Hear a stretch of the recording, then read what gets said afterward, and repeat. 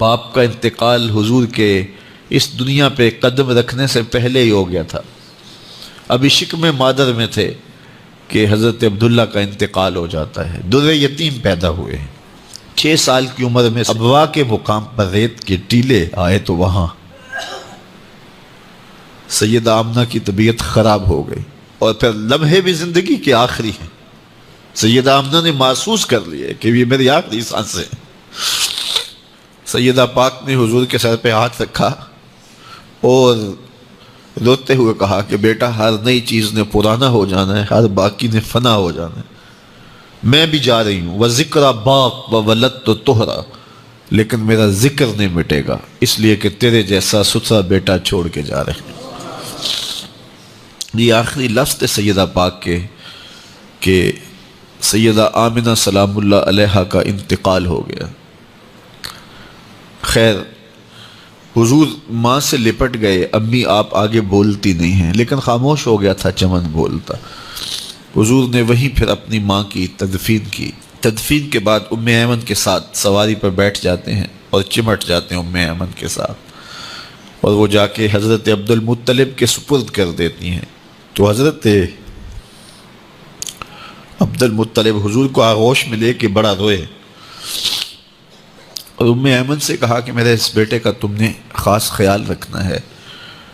اور پھر انہوں نے اتنا خیال رکھا کہ میرے حضور فرمایا کرتے تھے، ام ایمن میری ماں کے بعد میری ماں ہے. 2 سال کے بعد حضرت عبد المطلب کا بھی انتقال ہو گیا. ابن حشام کے یہ لفظ سینہ چیرتے ہیں کہ جب امیر قریش کا جنازہ اٹھا تو سارا مکہ جنازے کے لیے امڑ آیا، لیکن لوگوں نے 8 سال کے ایک بچے کو دیکھا جو دیواروں سے لپٹ لپٹ کے رو رہا تھا. آج یہ سہارا بچھن گیا تھا. پھر چچا کی کفالت میں آئے. پھر ایک وقت آیا کہ وہ بھی اس دنیا کو چھوڑ گئے، اور اسی سال حضور کی اہلیہ کا انتقال بھی ہوا، اور اس سال کا نام عام الحزن، دکھوں کا سال رکھا.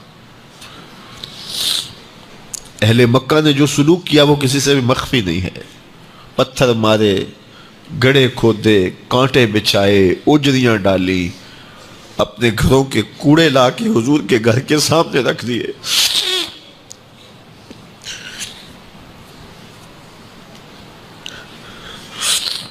یہ کس چیز کی سزا دے رہے تھے میرے حضور کو؟ میرے حضور علیہ السلام نے پھر طائف کا سفر کیا کہ شاید وہ لوگ میری بات کو سن لیں، لیکن انہوں نے جو دردناک سلوک کیا وہ بھی تاریخ کا ایک انتہائی دردناک باب ہے. انہوں نے اوباشوں کے ہاتھوں میں پتھر دیے، اور جس راستے میں میرے حضور نے گزرنا تھا ان کو اس راستے پہ کھڑا کر دیا اور کہا ان پہ سنگ زنی کرو. اور وہ آقا کریم پہ پتھر مارتے، حضور کے پاؤں پہ پتھر مارتے. آقا کریم علیہ السلام پاؤں اٹھاتے تو وہ دوسرے پاؤں پہ مارتے. پھر حضور شدت درد سے بیٹھ جاتے تو ان کے 2 غنڈے دائیں بائیں سے آگے بڑھتے اور حضور کو کندھوں سے پکڑ کے اٹھاتے، پھر سنگ باری کرتے.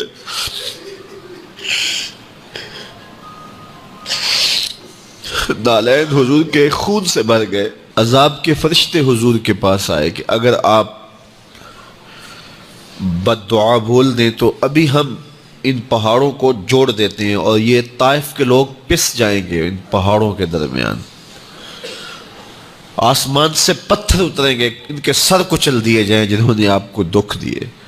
اب صحابہ جو ساتھ تھے انہیں بھی شدید آرزو تھی کہ حضور ان کے لیے بد دعا کریں، انہوں نے بڑا دکھ دیا. تو پھر حضور کے ہاتھ اٹھ گئے. صحابہ کا خیال یہ تھا کہ ابھی حضور کی زبان کھلے گی اور بد دعا کے لفظ نکلیں گے اور یہ پیس دیے جائیں گے، لیکن جب وہ لب کھلے، وہ پتلی پتلی گلے قدس کی پتیاں، وہ لب ہائے دور جب کھلے تو لفظ کیا تھے؟ اے اللہ میری قوم کو ہدایت دے دے. یہ مجھے جانتی نہیں، اور کہا کہ مجھے ان کی نسلوں سے ایمان کی توقع